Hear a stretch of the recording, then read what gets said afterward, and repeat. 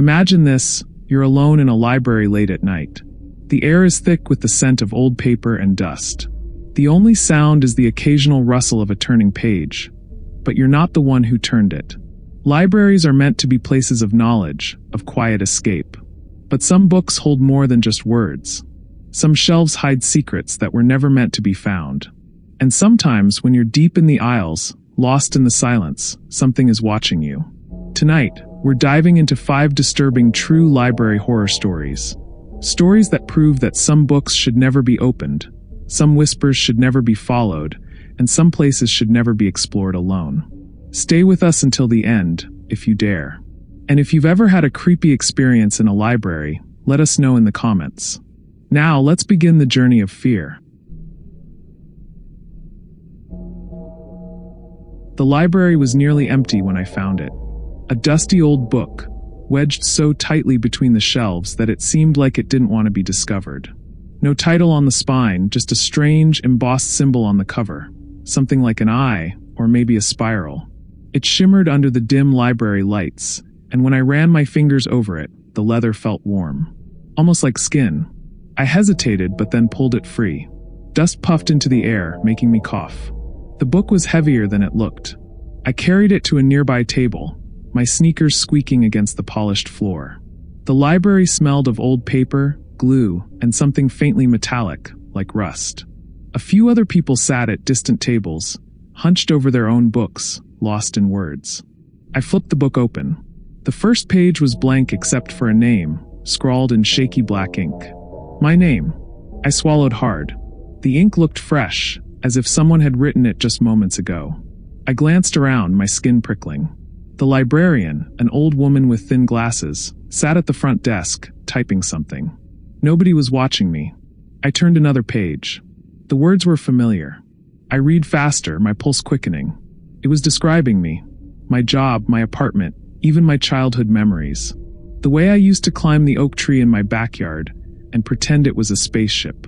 The scar on my knee from when I fell off my bike. Details no one else should know. I slammed the book shut. My breath came in short, uneven bursts. I hadn't written this. I hadn't told anyone these things. I pushed back from the table, the chair scraping loudly against the floor. Heads turned. I ignored them. My fingers trembled as I carried the book back to the shelf where I had found it. But the space was empty. The book was gone. A cold prickle ran up my spine. I told myself I was imagining things, that I was just tired. But as I turned to leave, I heard it. A whisper. A faint rustling, like pages turning by themselves. I didn't look back. I walked straight out of the library, my heartbeat echoing in my ears. That night, I locked my apartment door. Twice. I told myself the book was just some elaborate prank. Maybe someone had written my name inside as a joke. Maybe I'd imagined the whole thing. I went to bed early, but I didn't sleep well. Every time I closed my eyes, I saw the book. That strange, warm cover. My name in black ink. At some point in the night, I woke up, my mouth dry. And that's when I saw it. The book. It was sitting on my nightstand, right next to my lamp. I stared at it, my stomach twisting. I hadn't brought it home. I knew I hadn't. But there it was. Open. The pages fanned out, as if waiting for me. Slowly, I leaned over and looked. The words had changed. I read the passage, my fingers gripping the sheets. It described me, sitting up in bed, reading the book. And then, a line at the bottom of the page. He hears a sound behind him and turns. A breath of cold air brushed the back of my neck. A shadow flickered in the corner of my vision. And then, I heard it. The sound of a page turning. Behind me. I spun around, my heart slamming against my ribs. Nothing. The room was empty. The air was still. I forced myself to breathe. Maybe the wind had shifted the pages. Maybe I was just imagining things. Slowly, I turned back to the book. A new line had appeared. He tells himself it's just his imagination. My throat felt tight. I shut the book, my hands clammy. I shoved it into my dresser drawer. Out of sight. Out of mind. But I couldn't sleep. Because every few minutes, I swore I could hear it. The whisper of pages turning. By morning, I'd convinced myself to get rid of it. I wrapped the book in a thick towel, stuffed it into a trash bag, and took it outside. The dumpster behind my building stank of rot and mildew, but I didn't care. I threw the bag inside, slammed the lid, and walked away without looking back. It was over. That night, I slept deeply for the first time in days. Until I woke up at exactly 3:33 a.m. Something felt wrong. I sat up, my pulse pounding. The room was silent, but the air was thick. Heavy. I turned on the lamp. And there it was. The book. Sitting on my desk. Waiting. This time, I didn't read it. I grabbed it, stuffed it into my backpack, and drove to the nearest bridge. The river was black and restless, waves slapping against the supports. I pulled the book from my bag. It was open again. A new passage. He stands at the edge of the bridge, thinking he can escape. My hands trembled. No. No, no, no. I hurled the book into the river. It hit the water with a soft splash and vanished beneath the surface.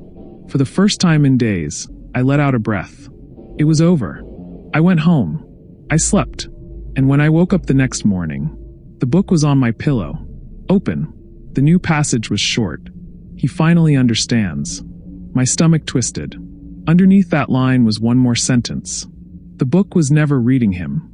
I swallowed hard, dread curling in my gut. I didn't want to look. But I had to. Slowly, I turned the page. One last line stared back at me. He was reading himself. The words blurred. The walls of my room seemed to stretch, warping. The ceiling bent inward, the shadows deepening. And then, I felt it. A hand on my shoulder. A whisper in my ear. Turn the page. I screamed. And the world went dark. I had been working late at the university library, buried in research, my eyes burning from the glow of my laptop screen. The place had emptied out hours ago. Even the night shift librarian had gone home, leaving me alone in the dimly lit building, surrounded by endless rows of books. The only sound was the steady hum of the overhead lights and the occasional creak of the old wooden shelves. Then I heard it. Soft shuffling footsteps. I turned, expecting to see another student wandering through the aisles, but the long rows of books stretched into emptiness. My skin prickled. Maybe it was just the building settling. The library was old, nearly 100 years, with floors that groaned under the weight of history. I rubbed my tired eyes and bent over my notes again. And then, from the corner of my vision, I saw her. An old woman, standing near the reception desk. She was dressed in an ancient-looking cardigan, her frail hands folded neatly in front of her. Her hair was thin and gray, pulled into a tight bun. But it was her eyes that made my stomach drop, milky white, unblinking, fixed directly on me. A chill licked its way up my spine. She wasn't moving, just standing there, watching. I forced a smile, though my throat was dry. "Excuse me," I called. "Are you lost?" She didn't answer. Didn't blink. Instead, she turned and walked into the stacks, vanishing between the shelves. I hesitated. Every instinct told me to let it go, to pack up my things and get the hell out of there. But something about the way she moved, silent, smooth, like a shadow slipping through the dark, sent a ripple of unease through me.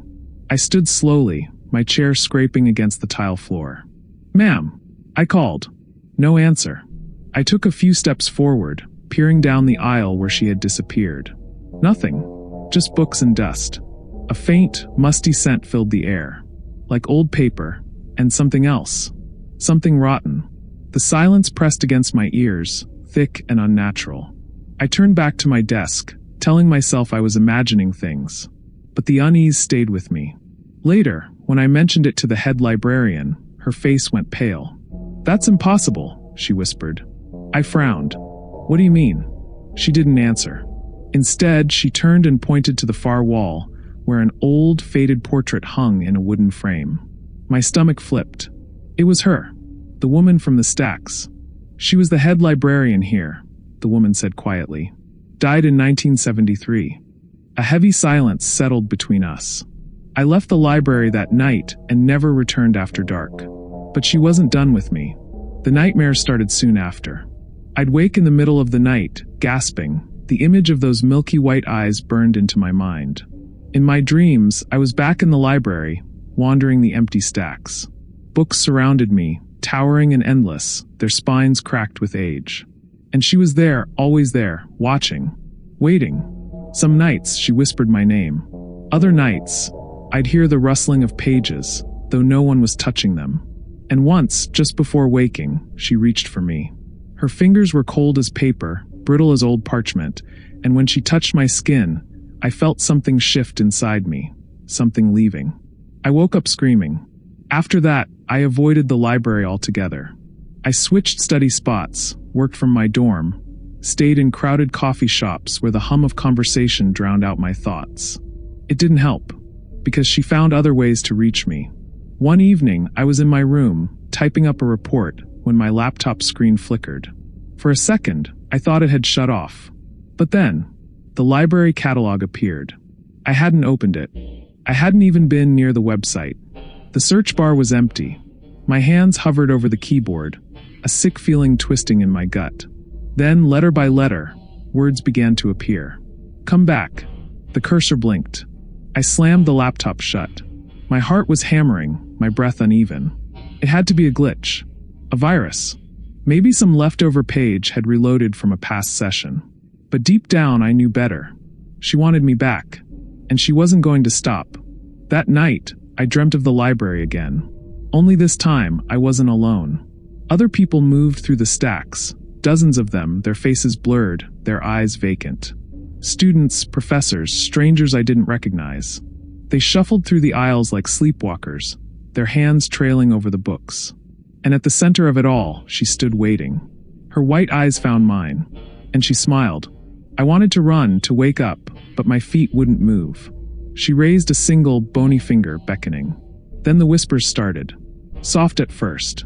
Faint like the turning of pages. Then louder. A chorus of voices, murmuring words I couldn't understand. I covered my ears, but the sound burrowed into my skull, pressing against my thoughts. And then, clear as a bell, I heard her voice. You don't belong out there. The ground beneath me shifted, the library tilting, swallowing the world. The books stretched toward me, their pages fluttering like wings. I screamed, and woke up in my bed, gasping for air. But the whispering didn't stop. It was inside my room. Inside me. The next day, I couldn't take it anymore. I went back.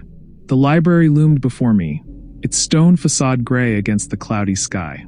The doors felt heavier than before, the air colder inside. The head librarian gave me a strange look as I walked past her, but I didn't stop. I followed my feet, deeper into the stacks, past the old archives where no one ever went. I don't know what I expected to find. A sign. A ghostly figure waiting for me? But all I saw were books. Dusty, forgotten books. And then, a whisper. Not aloud. Inside me. You were never supposed to leave. A book slid off the shelf in front of me, landing at my feet. My hands shook as I picked it up. There was no title on the cover. No author. I opened it, and the first page held a single name. Mine. A breath hitched in my throat. I flipped the next page. It was my story. Every moment. Every thought. Everything I had done since the first night I saw her. And at the bottom of the page, he finally understands. He was never meant to leave. I turned another page. Blank. Waiting. My fingers trembled as I reached for the pen in my pocket. Because somehow I knew. The library didn't just keep books. It kept stories. And once you were written inside, you never left. Somewhere behind me, the bookshelves shifted. A shadow moved. The whispering grew louder. And then, in a voice soft as paper, "Welcome back." The library in my town had been standing for over a century, a monolith of dark brick and aging wood, settled deep in its own quiet. It wasn't grand, wasn't anything like those cathedrals of books you see in big cities.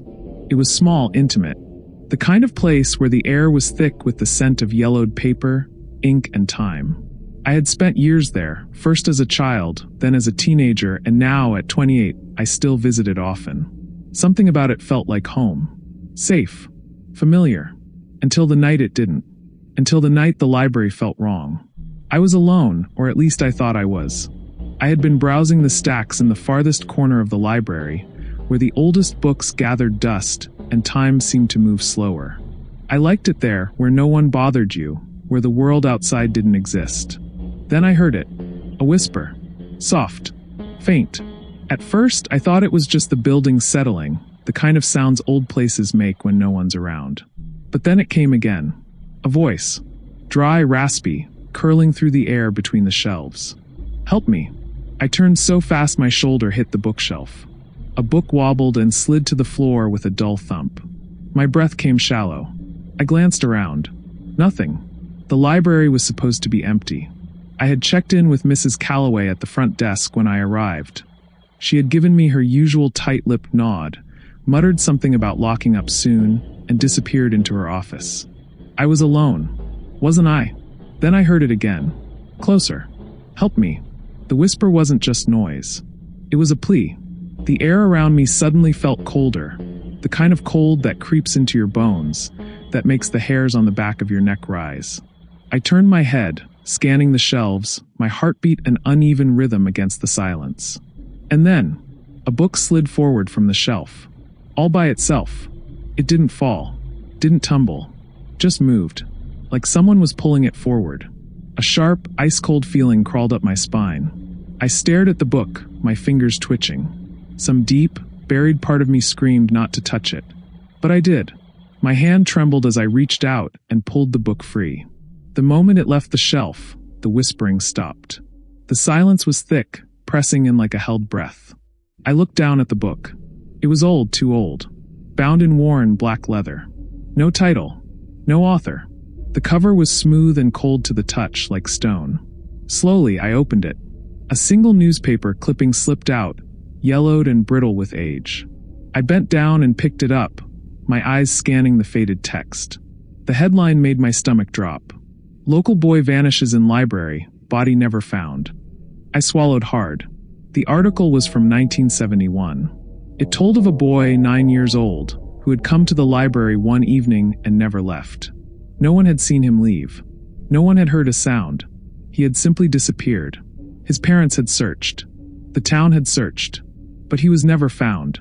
The only thing left behind, his library card, still sitting on a table, waiting for him to come back.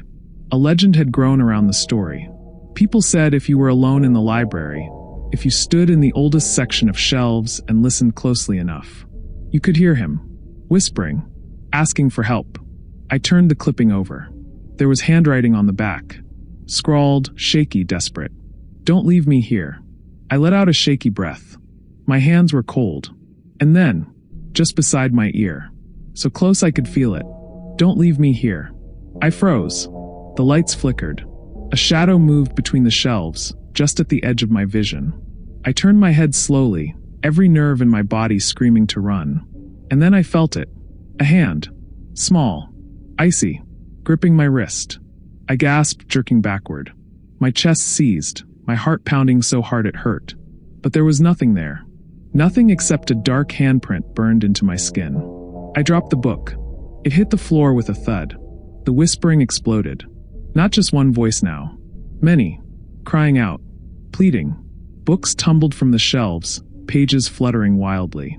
The air turned ice cold, thick with something I couldn't see but could feel. They were all still here. The lost ones. The forgotten. And they were trapped. I ran. I didn't stop until I was outside, my lungs burning, the cold still clinging to my skin. The night air should have been warm, but it wasn't. I looked down at my wrist. The handprint was still there. Faint like old ink. But I could feel it. Something had been left behind. Something was still with me. I never went back to the library. Mrs. Calloway called me the next day, asking why I had left in such a hurry, but I couldn't tell her. Couldn't explain what had happened. She sighed, said she understood. Before hanging up, she told me something strange. She said the book I had found, the one with the newspaper clipping, she had never seen it before. It wasn't in the library's records. And when she went to look for it, it was gone, like it had never existed. That should have been the end. I should have been able to forget.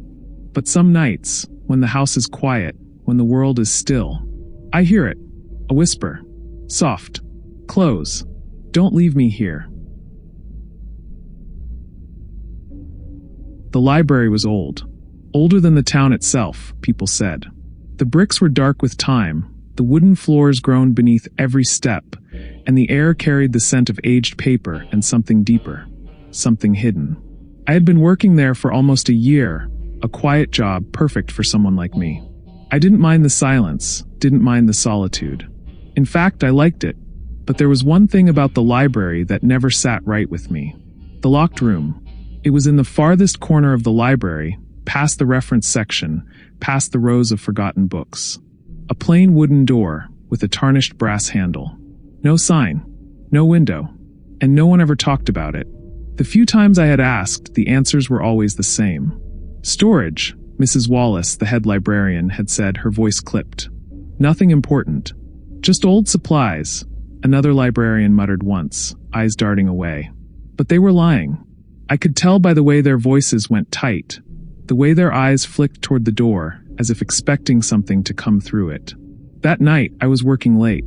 The library was empty, the only sounds the faint hum of the fluorescent lights and the occasional creak of the building settling. I was alone, doing inventory, lost in the mindless rhythm of scanning books and checking numbers. And then I saw it. A key, sitting on the front desk, plain as day. It wasn't one of the regular library keys. It was older, heavier, the metal worn smooth from years of use. And I knew. It was the key to the locked room. I don't know why I did it. Maybe it was boredom. Maybe it was stupidity. Or maybe it was something else, something that had been waiting for me to find it. I picked up the key, feeling the cold weight of it in my palm. My heartbeat quickened as I walked toward the door. I hesitated for only a second before sliding the key into the lock. A soft click. The door creaked open. The room was small. Too small. The walls were lined with wooden chairs, all arranged in a tight, suffocating circle. The air was thick with the smell of mold and something metallic. And in the center of the room, resting on a blackened, rotting table, was a book. The sight of it sent a sharp chill through me. It was old, older than anything in the library. Its leather cover was cracked and dark, its edges curling with age. But that wasn't the worst part. The worst part was that it was breathing. I could hear it. A faint, rhythmic rise and fall, like the whisper of lungs inhaling and exhaling. I stepped inside, and the door slammed shut behind me. The lights flickered. The air turned ice cold. And then the whispering started. It came from everywhere at once, hissing voices slithering through the dark. I turned in a circle, my breath sharp and fast. There was no one there. Only the book. I felt something shift in the air, an invisible weight pressing against my chest. The book opened. Its pages flipped wildly, as if caught in a storm that I couldn't feel. And then, they stopped. My stomach lurched. Because written over and over, in shaky, desperate handwriting, was my name. Pages and pages of it. My name. My name. My name. Scrawled in ink that looked too dark, too wet. Like blood.